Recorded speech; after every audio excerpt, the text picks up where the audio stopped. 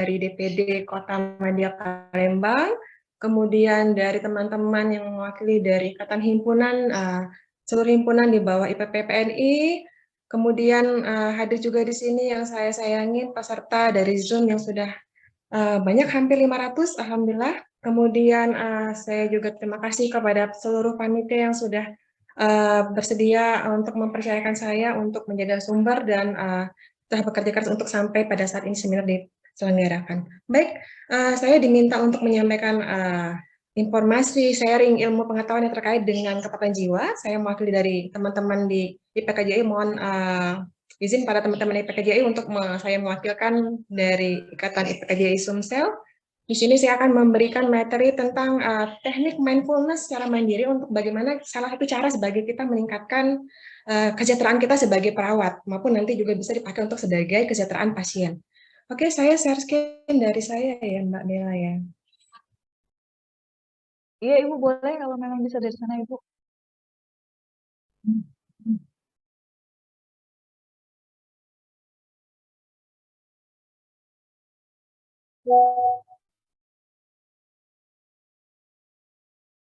Baik, apa udah terlihat Mbak Bella?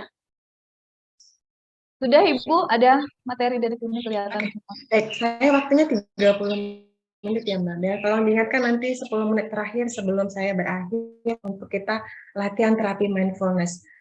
Baik, kenapa sih perlu kita mengetahui latar belakang beberapa teknik psikoterapi yang sebenarnya teknik psikoterapi ini adalah teknik yang bisa kita masukkan dalam intervensi keperawatan jiwa, ya. Jadi sebetulnya kalau di perawatan jiwa itu tentu ada prosesnya dari assessment, kemudian planning, intervensi sampai evaluasi.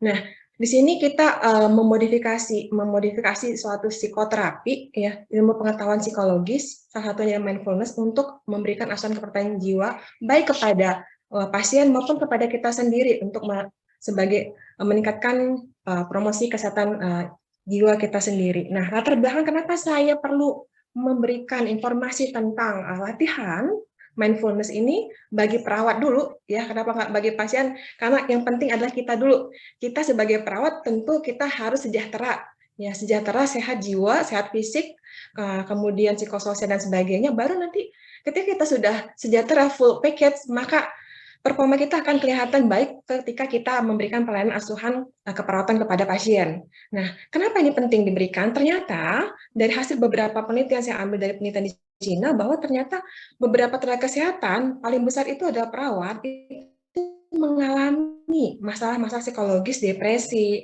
kemudian cemas, kemudian insomnia.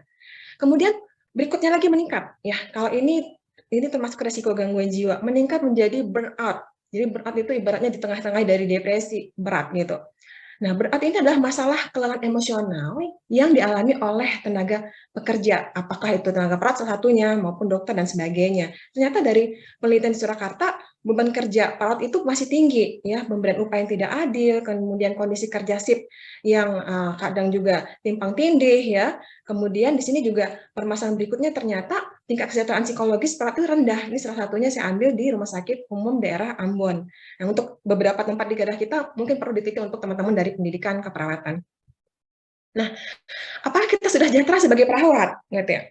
Apakah ketika kita melihat perawat, notabene-nya kita melihat perawat keluar dengan mobil mewah, gitu ya, mobil Pajero, kemudian rumahnya gede, gitu ya, kemudian sering keluar kota, apakah dia sudah termasuk sejahtera?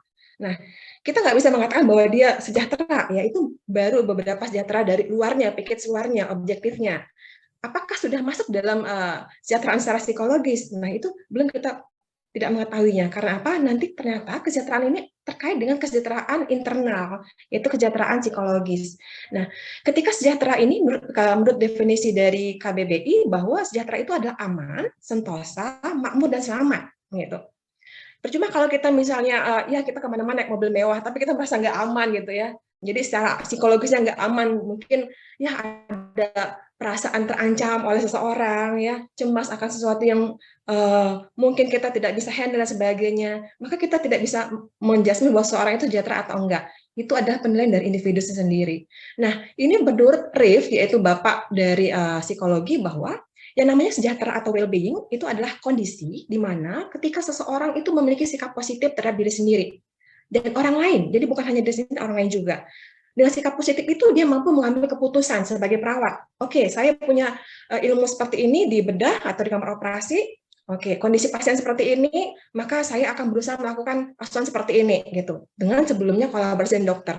Jadi dia tidak merasa takut, cemas, ragu-ragu, ya harus tanya dulu ke dokter, dokternya kemana, gitu ya, nyari dokter lama sekali. Kita bisa dengan kemampuan kita secara ilmu pengetahuan, kompetensi kita bisa melakukan keputusan secara mandiri, ya asal itu sesuai dengan SOP protokol yang ada di pelayanan keperawatan. Kemudian mampu menciptakan dan mengatur lingkungan tadi, ya. Kemudian mampu berusaha untuk mengeksplorasi dan mengembangkan diri sebagai perawat dimanapun itu. Apakah nanti Anda sebagai perawat jiwa, apakah nanti notabene Anda nanti akan terjun ke lapangan, komunitas dan sebagainya, dimanapun Anda setiap hari. Kalau seseorang itu mampu mengembangkan potensi dirinya, bakatnya sendiri, maka itu dikatakan bahwa perawat itu sudah sejahtera. Nah, ini tanda well-being atau sejahtera. Jadi, sebenarnya banyak tandanya, beberapa banyak 10, ada yang 20, saya ambil simpulkan aja bahwa ketika kita merasa sejahtera, kita merasa bahagia. Ini senyumnya lebar. Ya, bahagia, puas, merasa cukup. Jadi, walaupun kita saya mobil baru 1 gitu ya, rumahnya juga baru 1 gitu ya, kemudian saya perawat pelaksana gitu ya, tapi saya ketika ditanya apakah Anda sudah sejahtera sebagai perawat, saya ya saya sudah sejahtera gitu. Nah, dengan apa? Ya tadi perasaan bahagia, senyum, kemudian dia tidak terlihat ada gangguan stres ya. Contoh stres rendah misalnya ya tadi, misalnya nggak ada mengalami keluhan gangguan tidur, karena gangguan tidur juga termasuk salah satu ciri stres. Kemudian dia tidak merasa kecewa, kemudian dia tidak merasa sendiri ya. Nah, itu beberapa ciri dari tanda well-being. Selain sehat secara fisik, artinya dia tetap terus bekerja ya. Sedikit sekali dia absen untuk karena sakit secara fisiknya. Kemudian yang keempat adalah kualitas hidup yang baik. Nah, di sini bisa lihat di diagram bahwa sebagainya sebenarnya dimensi kesejahteraan itu adalah dari perawat. Makanya juga di anggota organisasi di PPNI ada bidang kesejahteraan untuk perawat gitu ya.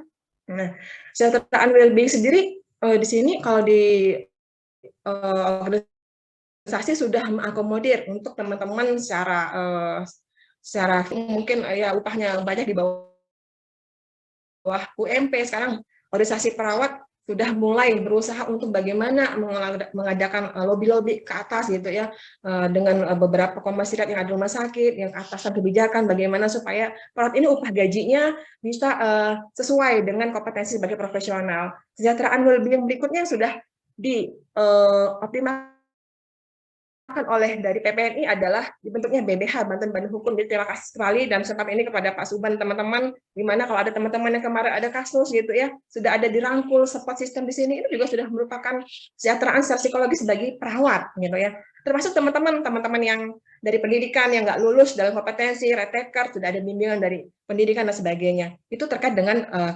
dunia keperawatan. Ini saya kasih contoh adalah ketika secara umum hak perawat pengaruhnya ada beberapa macam. Yaitu adalah ketika seorang merasa sejahtera, banyak faktor yang mempengaruhi usia. Jadi, ketika usia seseorang dalam keadaan dewasa muda, itu cenderung kita yang masih semangat-semangat untuk ya mengembangkan potensi kita, berbuat baik, kemudian menjadikan bermanfaat buat orang lain ya. Kemudian bagaimana berguna, kemudian bagaimana dihargai dan sebagainya. Nah, tapi kalau sudah masuk usia ke dewasa akhir, yang mohon maaf 50 ke atas gitu ya, itu udah motivasi gitu ya, motivasi udah menurun gitu ya, dan sebagainya. Jenis kelamin, ternyata jenis kelamin ini ada beberapa pandangan, ada beberapa penelitian mengatakan bahwa kalau yang perempuan itu ternyata secara dari harfiahnya dia lebih sejahtera. Tapi juga beberapa penelitian mengatakan bahwa laki-laki lebih sejahtera gitu. Ini dari sudut pandang yang berbeda. Nanti kita akan bahas tentang kenapa ada sudut pandang yang berbeda. Kemudian secara sosial ekonomi gitu ya. Kalau orang yang sosial ekonominya tinggi itu pasti sudah sejahtera, misalnya dosen atau apa segala macam gitu ya. Tapi kalau misalnya misalnya hanya buruh dan sebagainya tidak sejahtera, itu pandangan secara objektif gitu ya. Budaya juga mempengaruhi ketika keadaan suatu sejahtera atau enggak. Contoh misalnya budaya ketika seorang perawat tinggal di pedesaan dibandingkan dengan perawat di kota, maka sebenarnya perawat di desa dengan apa yang ada sekarang dengan kecukupan dari fasilitasnya, kemudian dari kecukupan hidupnya, punya keluarga saja, kemudian punya apa ya penghasilan, itu sudah dibilang saya sudah sejahtera, walaupun saya jarang jalan-jalan ke mana gitu ya. Nah, tapi ketika perat ini akhirnya di mobile ke kota, ya ketika dia merasa tadi pindah desa ke kota, oh saya kok jadi jarang jalan-jalan ya, kemudian saya nggak bisa membeli sesuatu yang kebutuhan tersier, maka jatuhnya saya merasa nggak sejahtera. Nah, jadi itu budaya. Berikutnya dukungan sosial. Nah, jadi ketika seseorang merasa sejahtera, itu juga faktornya karena dukungan sosial. Contoh perawat.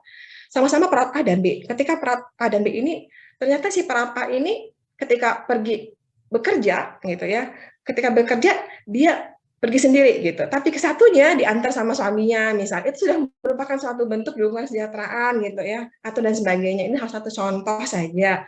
Kemudian kesehatan fisik. Tentu kalau kita sudah sehat, maka kita bisa melakukan apapun gitu ya untuk melakukan apa yang kita senangi, melakukan tugas tanggung jawab kita. Namun ketika kita lagi sakit, ya maka kita merasa badan kita lemes, kemudian nggak bisa ngapa-ngapain, putus asa dan sebagainya, sehingga ya kita tidak merasa sejahtera secara psikologis. Kemudian faktor mempengaruhi dari kesejahteraan adalah strategi coping. Jadi seberapa besarnya stresor yang ada kita hadapin, karena hidup kita nggak pernah lepas dari stresor. Pulang dari sini, Anda dari sini mungkin stresor nanti ya. Oke, nanti saya mungkin ada kegiatan lain dan sebagainya, itu termasuk stresor gitu ya, dengan berbagai macam stresor. Apakah kita bisa memaksa mengurangi stresor? Itu tentu tidak, nah, karena ada beberapa masalah yang tidak bisa kita kurangi kuantitasnya, tapi bagaimana kita menghadapi masalah itu ya dengan penguatan pikiran kognitif dan emosi positif yang stabil. Berikutnya kecerdasan emosi juga terkait dengan itu, kemudian spiritual juga sangat mempengaruhi kesejahteraan seseorang. Jadi ada orang yang kaya, semuanya pejabat, dihormati, orang duduk semua kepada dia gitu ya. Oke, sampai dia masuk dibukai pintu segala macam, tapi dia kok merasa kok saya nggak sejahtera ya gitu ya. Saya merasa ada yang kurang gitu ya. Untuk apa saya hidup ini? Mau dikemanakan sebagainya gitu ya. Nah, itu terkait dengan spiritual ya, agama. Jadi sebenarnya ada kehidupan lain sudah ini, dan itu yang paling penting. Berikutnya ada stresor. Jadi stresor sedikit dan banyak itu sangat mempengaruhi kesejahteraan seseorang gitu. Nah, jadi kesejahteraan itu dibagi jadi dua, ada yang objektif, ada subjektif. Objektif adalah kesejahteraan di mana kita merasa sudah puas terpenuhi dengan materi-materi yang sudah kelihatan terlihat ya. Tapi kalau kesejahteraan subjektif adalah kita merasa bahwa penilaian apa yang sudah kita rasakan terhadap hidup kita gitu. Ya, apa yang sudah kita rasakan terhadap diri kita, apakah kita sudah merasa sudah positif, kemudian sudah bermanfaat buat orang lain, kemudian apakah kita bisa berfungsi secara optimal, itu termasuk kesejahteraan subjektif. Nah, tadi termasuk kesejahteraan objektif di sini adalah yang bisa diukur adalah pendapatan, tempat tinggal, makanan, keamanan, lingkungan, pendidikan, dan fasilitas kesehatan fisik. Jadi mudah caranya untuk mengindikator bahwa negara kita sudah sejahtera atau belum. Lihat tingkat pendapatannya, lihat tempat tinggalnya, lihat makanannya ya. Apakah dia udah bisa makan macam-macam ke restoran segala macam gitu ya. Nah, walaupun kita nggak tahu dia makan itu apakah dia pinjem dengan orang lain atau sebagainya. Nah, berikutnya keamanan, ya apakah dia udah bisa merasa nyaman ketika dia bekerja di tempat A, ya apa merasa terancam secara fisik maupun psikologis. Ya, itu juga termasuk dalam dari komponen dan kesejahteraan objektif. Pendidikan juga termasuk. Jadi kalau satu negara tingkat pendidikan rata-rata presentasinya sudah ke atas tinggi, maka itu juga menunjukkan bahwa suatu negara itu sudah termasuk sejahtera dan fasilitas kesehatan fisik. Jadi kalau kita sudah hampir seluruh terdistribusi rata ya pelayanan kesehatan fisik di seluruh 34 provinsi, walaupun ada beberapa kurang, sudah termasuk bahwa negara kita sudah termasuk sejahtera.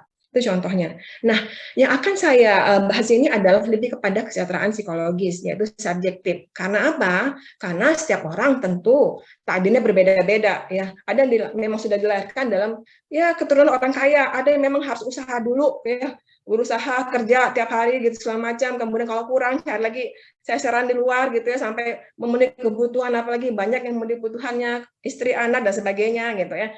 Nah, apakah kita harus terus-menerus gitu ya meningkatkan sesuatu materi itu ya sampai seberapa sampai berapa timbun kita akan itu tentu tidak, tapi tentu ada batas nanti kita merasa jenuh di mana nanti kita akan merasa tidak apa-apa. Maka dari situ penting bahwa kita mensyukuri bahwa apa yang sudah kita alami sekarang ini adalah bagaimana kita mengoptimalkan cara pandang kita terhadap apa yang kita alami saat ini, apa yang kita peroleh saat ini, apa yang ada dekat kita sama seorang ada saat ini, itu dengan keyakinan kognitif positif dan afek emosi yang positif. Ya, jadi ini harus ada dua. Ya, jadi kalau hanya dia berpikir bahwa saya puas secara kognitif, ya saya puas, tapi puasnya saya itu tidak teraktualisasi dalam perilaku, dalam sikap yang positif. Jadi dia merasa dia paling bagus, tapi bagi orang lain kok dia sikapnya membuat orang lain jadi minder dan sebagainya, itu bukan termasuk kesetaraan psikologis. Ini ada beberapa teori, saya ambil teori untuk top down dan bottom up, ini hampir sama teori dengan yang tadi. Kalau tadi penyebabnya itu adalah dari objektif dan subjektif, abstrak dan objektif, maka di sini bahwa subjektif well-being itu ada dibagi menjadi internal dan eksternal. Untuk yang internal itu disebut teori top down, ya top down. Artinya kesejahteraan itu bisa kita tingkatkan kalau kita merasa saat ini, Bu, saya sudah setahun kerja gitu ya di rumah sakit umum daerah gitu ya, saya sebagai perawat pelaksana gitu ya. Oke, upah saya seperti ini, teman-teman seperti ini, mekanisme kerja saya seperti ini, beban kerja saya seperti ini. Bagaimana saya bisa meningkatkan kesejahteraan saya gitu ya. Sedangkan saya nggak mungkin dong gitu ya meminta atasan, oh tolong naikkan gaji saya atau bagaimana, tolong dirubah deh sistem kerjanya, tentu tidak bisa seperti itu karena itu akan melibatkan banyak kolaborasi dan sebagainya. Maka yang pertama bisa kita lakukan adalah bagaimana mengupayakan mengoptimalkan poin internal ini, sikap optimisme kita, ya kan kualitas pelayanan kita, gitu.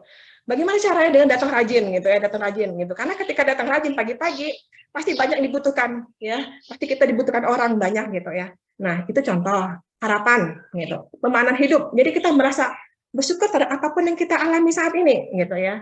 Merasa syukur karena kalau kita nggak merasa syukur kita merasa kecewa, ya kita merasa coba kalau kemarin saya seperti ini, jadi mundur ke belakang gitu ya, padahal kita mau ke depan gitu ya. Berikutnya adalah efikasi mengontrol diri. Bagaimana kita mengontrol diri emosi kita ketika nanti kita selama kerja berinteraksi dengan orang lain, karena pasti nggak mungkin kita menghadapi seseorang yang ramah terus, pasti ada seseorang yang sikapnya nggak setuju dengan kita, konfrontasi dan sebagainya. Nah, maka kita bagaimana memanage ini, salah satunya nanti dengan latihan mindful. Berikutnya relasi positif sama distorsi kognitif, ini juga bagian internal. Nah, bagian faktor eksternal tadi ya, uang, gender, penghasilan umum, tentu ini adalah tetap harus kita penuhin gitu ya, karena kalau kita nggak punya uang kita ya nggak bisa ngapa-ngapain gitu. Kita kan mau punya rumah, kita nggak ngapa-ngapain, termasuk teman-teman kita kena bencana gitu, kehilangan, juga pasti mereka nggak sejahtera. Jadi ini perlu secara minimal tapi mengoptimalkan dengan kesejahteraan secara psikologis. Nah, jadi seorang dikatakan sejahtera itu bagaimana gitu. Kalau tadi kan objektif bisa kelihatan, rumahnya, gedungnya, tempat tinggalnya, oke, pakaiannya segala macam. Tapi kalau secara subjektif bagaimana kita bisa tahu gitu. Hanya orang itu sendiri, tapi nanti kita bisa tahu dari orang itu sendiri. Nanti ada kuesionernya namanya kuesioner RACE untuk persepsi well-being. Intinya ada 6 di situ ya. Nah, dan ini yang bisa kita rubah, kita bisa memanage-nya untuk hari ini, besok dan depannya. Apakah kita sebagai seorang perawat bisa penerimaan diri kita tinggi terhadap kita? Artinya penerimaan dirinya adalah kita merasa positif, merasa bisa bertanggung jawab terhadap diri kita sendiri, gitu ya. Saya bangga dengan sebagai perawat, ya. Tapi kalau kita merasa sampai saat ini, aduh coba saya kemarin ya ikut tes ini, saja perawat gitu ya, kayak perawat kayak gini aja, berarti itu penerimaan dirinya negatif. Ya, jadi penerimaan diri di sini adalah bagaimana kita mempunyai keyakinan, persepsi bahwa kita ini mempunyai sikap positif dan bertanggung jawab terhadap diri positif, kemudian kita mempunyai hubungan dengan orang lain juga positif, termasuk yang nomor 2, hubungan positif orang lain. Ya, otonomi adalah di mana kita dalam hidup ini kita punya keluasan untuk menetapkan suatu apa yang kita putuskan gitu. Kalau kita selama hidup merasa terancam, melakukan A, aduh takut ya, ragu-ragu nggak boleh, melakukan B, juga nanti takut dimarahin, dan sebagainya, maka itu termasuk kita belum sejahtera, gitu ya. Nah, maka ini bisa kita tingkatkan bagaimana cara kita, kognitif kita untuk berani, untuk optimisme. Bagaimana cara meningkatkan otonomi kita sebagai perawat, tentu ini harus dibekali dengan basic, ya tadi ya, knowledge, ikut pelatihan-pelatihan bagi perawat, ya dan sebagainya.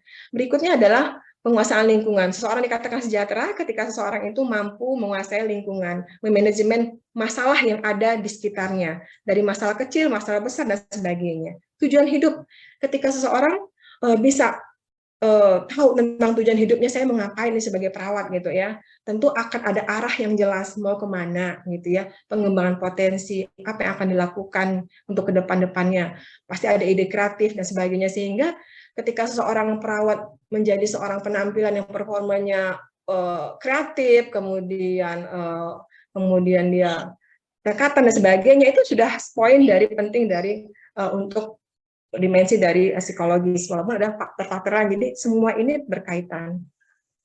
Nah, apakah sama sejahtera dengan bahagia? Tidak, gitu ya.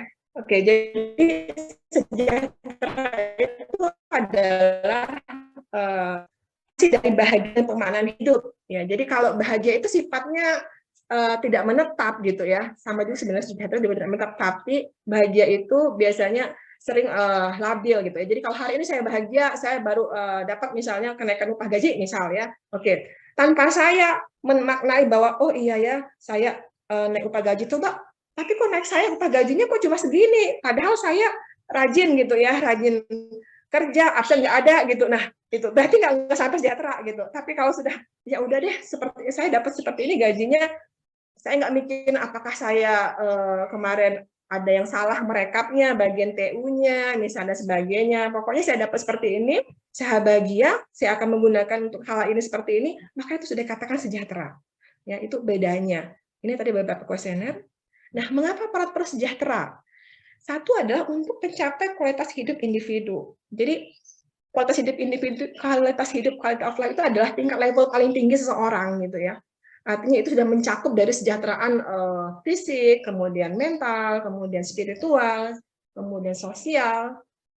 Jadi ketika seorang perawat kualitas individunya baik, ya, maka tentu akan performa kerjanya bagus. Plan aspek yang diberikan akan semakin baik, meningkat profesional. Nah, karena dia menyenangi kerjanya itu, ya, dengan seorang mengenai pekerjaannya, ya. Ibu izin waktunya 10 menit lagi ya Bu ya. Ya, terima kasih. Maka akan mempengaruhi kesejahteraan pasien. Nah, ini salah satu contoh bagaimana meningkatkan kesejahteraan psikologis dengan tidur yang cukup, latihan, melakukan aktivitas kita senangi, menjalin komunikasi yang baik dengan relasi, meningkatkan hubungan sosial dengan teman, meningkatkan ibadah, kemudian mindfulness yang akan kita pelajari. Sekarang apa itu mindfulness? Mindfulness itu adalah latihan kesadaran olah rasa dengan cara memusatkan perhatian fokus tanpa menghakimi atau menilai. Apakah kita kemarin, pengalaman kita yang kemarin itu buruk, jelek gitu ya? Kenapa saya bisa dapat pengalaman seperti itu ya, atau berpikir bahwa kedepannya saya bagaimana. Nah, itu latihan mindfulness ya, dengan terapi meditasi bisa dilakukan secara individu maupun kelompok. Nah, ini notabene-nya dilihat di gambar bahwa mindfulness ini adalah kita memfokuskan pada saat ini kita ya. Jadi konsentrasi pada saat kita sekarang dengan keadaan nyaman, menyenangkan. Karena apa? Kadang kita pada saat ini kita masih mikir yang belakang. Aduh tadi saya jemur pakaian ini mau hujan gitu ya. Atau nanti ke depannya aduh saya mau kemana-mana ini nanti aduh motor saya nggak ada segala macam. Jadi semua pikiran tuh ruwet, kalau bisa lihat sebelah kiri gambarnya itu penuh tuh. Ya, jadi pikiran full gitu.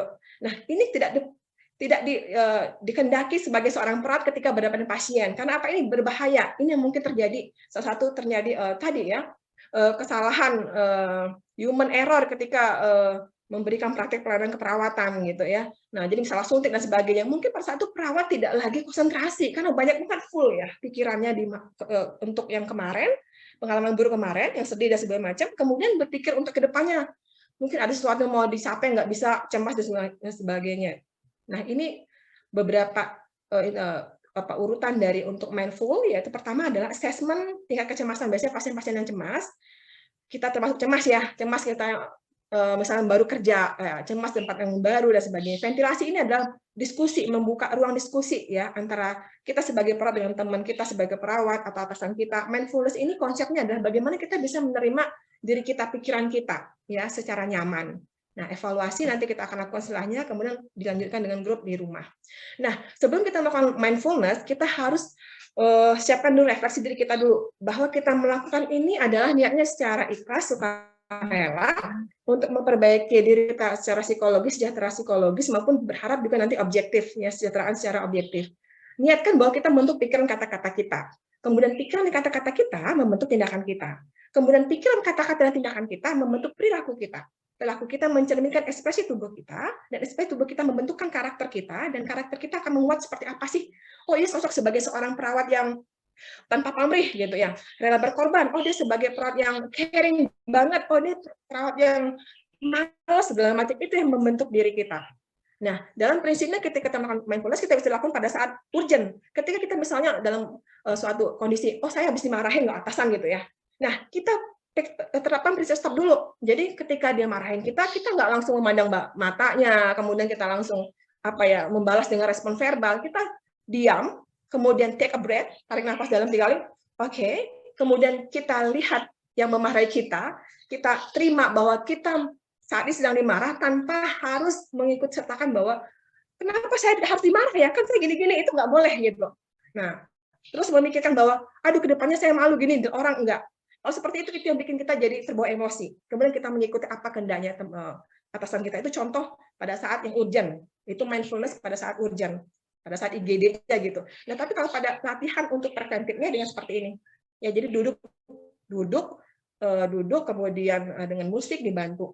Jadi ada mindful sini, adanya mindfulness ini artinya ada kita berusaha untuk menenangkan diri kita dengan terapi meditasi untuk saat ini ya, tanpa mengikut sertakan penilaian bahwa kita ini punya pengalaman yang buruk, kemudian bahwa kita ada pikiran-pikiran negatif ya. Jadi tujuannya adalah di sini adalah kita meningkatkan fokus kita pada kesadaran diri kita secara nyaman. Nah, tujuan dari mindfulness ini diharapkan nanti kita tidak menghakimin, menjadi orang yang sabar, kemudian tidak ngotot, menerima kenyataan. Ibaratnya kesimpulan adalah orang yang ikhlas gitu ya. Dalam orang Jawa, elin, lenos podo, sabar, nerimo yang tanggung, legowo, ikhlas. Itu dalam orang bahasa Jawa. Nah, ini protokol mindfulness terapi. Jadi latihannya bisa dilakukan secara individu kelompok. Kalau kelompok bisa dilakukan 16 orang, 8 sesi 1-2 jam, nanti lanjut ke sesi di rumah. Namun hati-hati, ada kontraindikasinya. Untuk pasien-pasien yang psikosefrenia nggak boleh gitu ya, atau pengaruh obat. Kenapa? Nanti orang itu kan sudah, kalau skizofrenia pikirannya sudah sudah penuh gitu ya, full gitu ya, aktif sekali. Jadi kalau kita lakukan penenangan pikiran fokus, dia akan justru nanti terikut halusinasinya, psikotiknya. Kemudian latihan individual di rumah, yaitu ada praktek formal 40-60 menit. Namun sekarang bisa dilakukan untuk secara simpel sederhana bisa 5-10 menit ya, seperti itu. Bisa dimasukkan dalam kegiatan sehari-hari. Ini beberapa tadi sudah saya sampaikan. Sebenarnya mindfulness ini adalah bentuk macam-macam. Pertama sederhana adalah mindful secara nafas. Nanti berlanjut kalau kita sudah sudah optimal dengan secara nafas, kita bisa mindful terhadap badan kita ya. Jadi kita bisa loh mindful badan kita supaya kita ini tetap fit terus setiap harinya, berjalan keluar dari rumah sampai ke rumah sakit itu tetap semangat gitu ya, konsentrasi, semangat dan nyaman. Nanti ada mindfulness meditasi dengan makan, duduk dan sebagainya. Jadi prinsip di sini adalah bagaimana mengizinkan bahwa pengalaman negatif nggak apa kita terima ya, positif negatif, kemudian jangan menjudgment, jangan memberi penilaian, cukup diomatin, dirasain, kemudian kembali ke posisi kesadaran, posisi fokus saat ini kita mau ngapain. Nah, ini akan kita lakukan bentar lagi. Jadi nanti teman-teman akan saya bawa 5 menit, kita akan latihan mindfulness, pejamkan mata, duduk yang tempat yang nyaman, ya, kemudian latihan nafas 3 kali, kemudian fokus konsentrasi pada nafas. Kalau bisa jangan mikir apapun, pikirkan nafas Anda, gerakan nafas Anda, seperti itu. Itu bisa dilakukan 2 kali sehari sebelum dan bangun tidur. Jadi 5-10 menit. Ini latihan mindfulness, ini latihan seumur hidup gitu ya. Kalau kita mau sejahtera, setiap hari pakai lakukan itu ya. Nanti akan Anda rasakan perubahan pada diri Anda. Kalau Anda nggak bisa mengoptimalisasikan sejahtera secara objektif, dengan seperti ini, insya Allah kalau lakukan, ini akan berpengaruh untuk bagaimana nanti Anda mempunyai harapan, mempunyai optimisme untuk mencapai hal-hal sejahtera secara materi dan selanjutnya. Baik, bisa kita mulai, Mbak? Saya tutup dulu share screen-nya. Baik, boleh Ibu tolong co-host untuk share latihannya tadi. Bentar ya, Mbak. Oke. Iya, kayaknya sudah dari Ibu.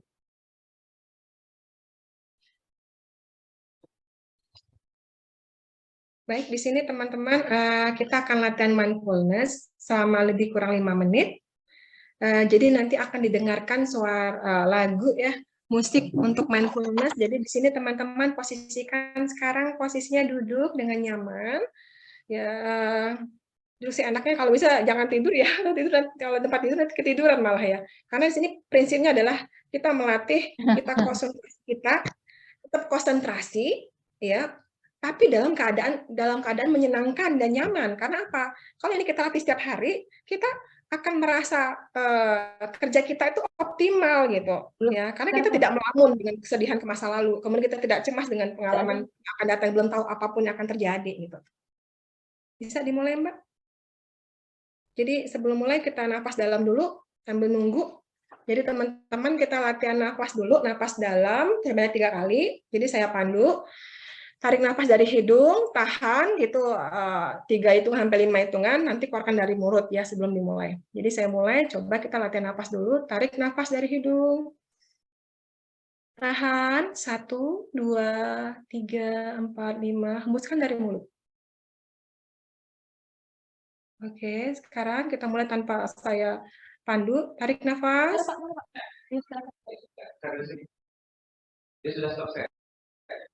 Hembuskan. Tidak nge-share Ibu. Tarik lagi nafas dari hidung. Tahan. Hembuskan. Oke, nanti pada saat saya pandu, teman-teman cukup dengarkan musik, cukup konsentrasi kepada nafas Anda ya, sambil mendengarkan musik